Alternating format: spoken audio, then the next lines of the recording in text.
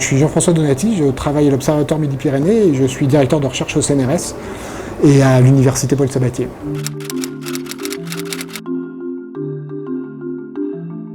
Les exoplanètes, d'abord, c'est effectivement des planètes qui tournent autour d'étoiles qui ne sont pas le Soleil, hors du système solaire. Et ça fait depuis une vingtaine d'années qu'on observe des exoplanètes. La première qu'on a découverte, c'est 51 Peg. Elle avait beaucoup surpris le monde à son époque parce qu'effectivement, c'était une planète géante, comme Jupiter, mais cette fois située très proche de son étoile. À peu près 100 fois plus proche que Jupiter ne l'est du Soleil.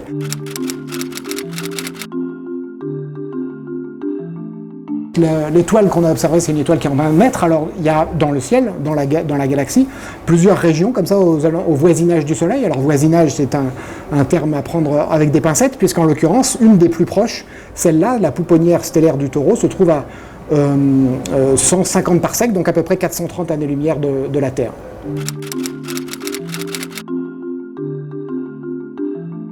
Je parlais tout à l'heure de la planète 51 Peg qui avait été découverte autour de cette étoile de la constellation Pégase. On ne savait pas trop comment ces planètes se formaient et depuis cette époque, depuis une vingtaine d'années, les théoriciens s'interrogent. Une des possibilités, c'était que ces planètes se forment loin de leur étoile et se rapprochent de l'étoile progressivement. Jusqu'à présent, on n'avait jamais détecté effectivement une de ces planètes qui s'appelle des Jupiters chauds très proches de leur étoile, très proches d'une étoile très jeune. Et effectivement, c'est la première fois qu'on découvre que ces planètes-là peuvent se former très jeunes près de leur étoile, à un âge, comme je disais, de quelques millions d'années, c'est-à-dire une semaine dans la durée de vie d'une étoile.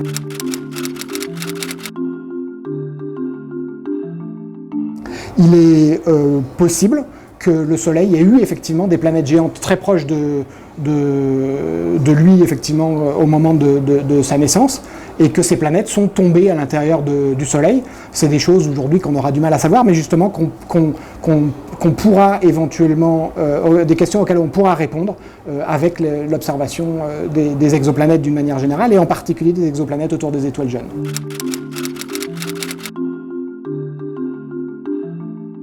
Alors le problème des étoiles jeunes, c'est qu'elles sont extrêmement actives, un peu comme le Soleil qui a un champ magnétique et qui a de l'activité, des tâches à sa surface, mais 100 000 fois plus actives, des tâches énormes à sa surface.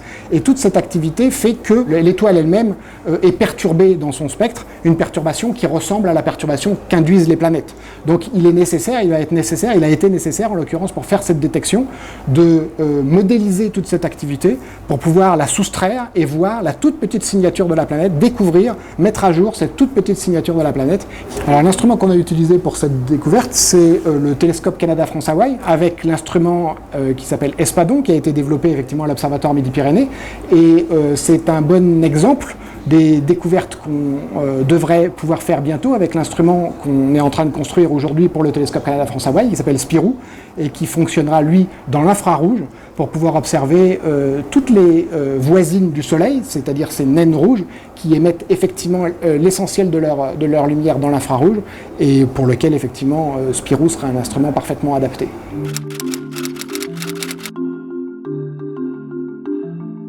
Effectivement, la recherche des exoplanètes, la recherche de systèmes de planètes autres que le système solaire, c'est une manière de répondre à une question, effectivement, est-ce qu'on est seul dans l'univers? Est-ce qu'on est le seul système solaire? Alors ça, on sait aujourd'hui le système planétaire, on sait effectivement qu'il y en a beaucoup d'autres, pratiquement toutes les étoiles du voisinage solaire vont avoir des planètes, donc maintenant on commence à répondre à ces questions, et la phase ultérieure, ça sera, est-ce qu'une de ces planètes va abriter la vie?